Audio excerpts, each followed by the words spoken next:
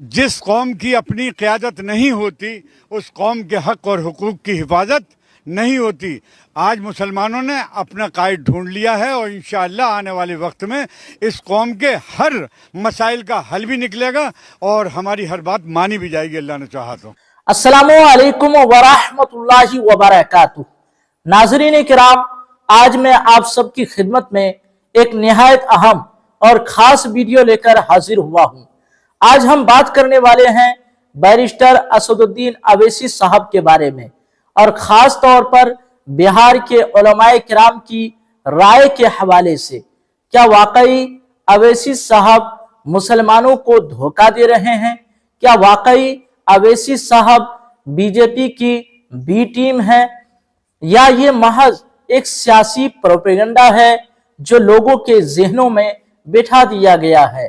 उलमाए किराम ने इन तमाम सवालात का दो टोक और करारा जवाब दिया है।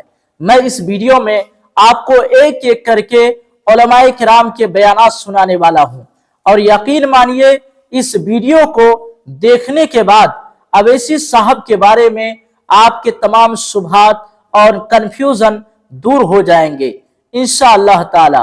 लेकिन एक गुजारिश है कि इस वीडियो को शुरू से आखिर तक मुकम्मल देखें, दरमियान में स्किप मत करें वरना पूरी बात सही तरह समझ में नहीं आएगी। और अगर आपको ये बातें हक पर मबनी महसूस हों तो इस वीडियो को ज्यादा से ज्यादा शेयर जरूर करें ताकि असल सच हर मुसलमान तक पहुंच सके।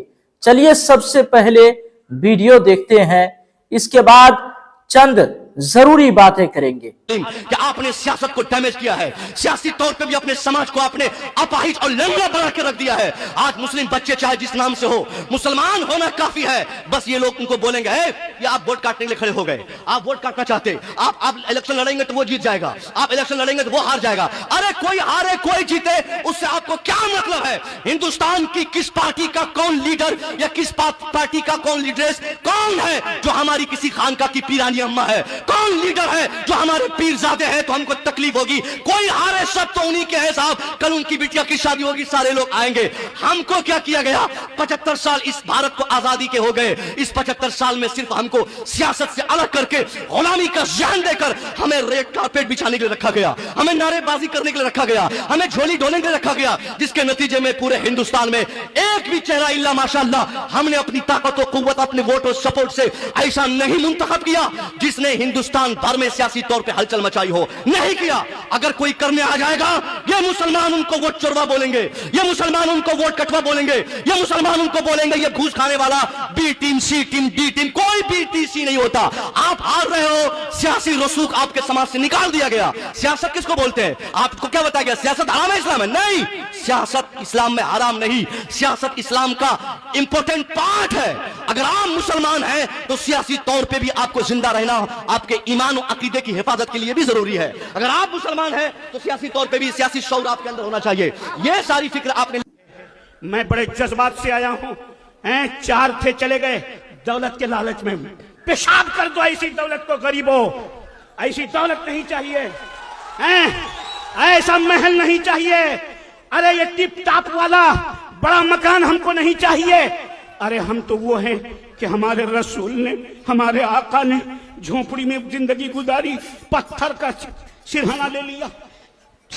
अरे आगे बढ़ो मुसलमानों, इन जालिमों को मुंह तोड़ जवाब देना मैं कुछ कहना नहीं चाहता। मैं जोश में आया हूं, हौसला मेरा पस्त हो रहा है।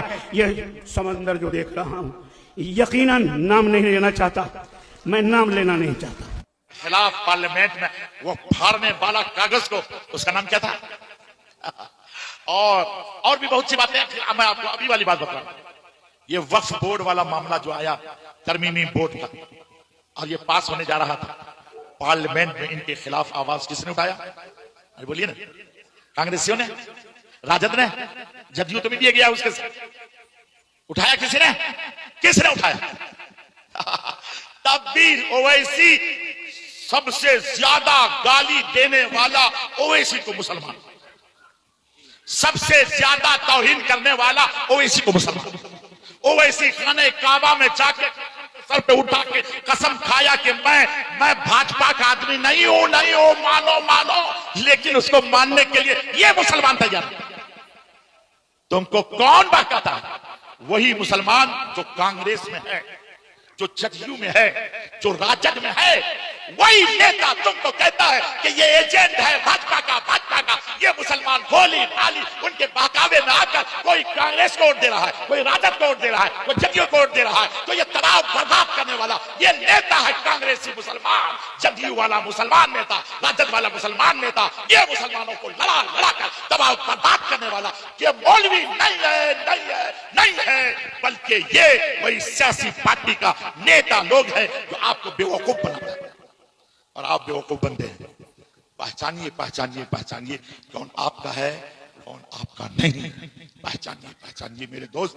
इसीलिए ये लोग आज यही ऐसा माहौल है, ऐसे माहौल में चाहिए कि सब जितने भी बरेलवी देवबंदी हैं सब एक साथ होकर के एक साथ। पागल कहीं का, पहले तुम कांग्रेस को छोड़ो, तुम राजद को छोड़, तुम जदयू को छोड़, सब पार्टी वाला सबको छोड़कर आओ एक प्लेटफार्म पर। तुम कहते हो कि हिंदू एक हो जाएगा। अरे हिंदू तो एक हो चुका, कब का एक हो चुका, 2014 ही में एक हो चुका, वो लोग एक है।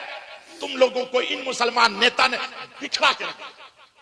इसलिए जरूरत है कि हम आज अपने वोट का भी इस्तेमाल सही करें, समझें। और मैं तो उलमा को कहता हूं कि आप एकजुट होइए सियासत के मामला में और मीटिंग कीजिए। नाज़रीन किराम, आपने उलमाए किराम के बयानात सुने। बात बिल्कुल वाज़ेह हो गई कि बैरिस्टर असदुद्दीन अवैसी साहब न तो किसी पार्टी की बी टीम है और न ही मुसलमानों को धोखा देने वाले, बल्कि वो उन चंद रहनुमाओं में से हैं जो हक और इंसाफ की आवाज बुलंद करने की हिम्मत रखते हैं। आज जब पूरे मुल्क के हालात हमारे सामने हैं, मुसलमानों के साथ नाइंसाफियां, जुल्म, ज्यादतियां और उन पर बेबुनियाद इल्जामात, ऐसे वक्त में हमें सोचना होगा कि बिहार का मुसलमान वोट आखिर किसको दे। क्या हमें फिर उन्हीं लोगों पर भरोसा करना चाहिए जिन्होंने बरसों वादे किए मगर कुछ न बदला, या उनको मौका देना चाहिए जो जुल्म के खिलाफ डट कर खड़े होते हैं, जो पार्लियामेंट में हक की आवाज बुलंद करते हैं और बेखौफ होकर मिल्लत इस्लामिया का दिफा करते हैं। मेरे नजदीक मुल्क के मौजूदा हालात को देखते हुए बिहार के मुसलमानों के लिए यही बेहतर है कि वो बैरिस्टर असदुद्दीन अवैसी साहब और उनकी पार्टी AIMIM को वोट दें और सपोर्ट करें, क्योंकि वही है जो हमारे दीन, इज्जत और हुकूक की नुमाइंदगी कर रहे हैं। काम तो दूसरे बहुत से लीडरान ने भी वादे किए मगर निभाया किसी ने नहीं। अब एक मौका अवैसी साहब को भी मिलना चाहिए ताकि वो अमलन दिखा सके कि मुसलमान कौम के लिए उनके दिल में कितनी दर्दमंदी है। नाज़रीन किराम, अगर आपको हमारी ये बातें दुरुस्त लगी तो इस वीडियो को ज्यादा से ज्यादा शेयर कीजिए, तभी असल सच लोगों तक पहुंचेगा। और हाँ, अपनी राय जरूर दीजिए, आपके नजदीक बिहार के मुसलमानों को वोट किसको देना चाहिए। अल्लाह हमें सच पर कायम रहने, अपनी कौम के लिए बेहतर फैसला करने और दीन व ईमान की हिफाजत करने की तौफीक अता फरमाए। आमीन। अपना ख्याल रखिए, मिलते हैं अगली वीडियो में। अस्सलाम वालेकुम व रहमतुल्लाहि व बरकातुहू।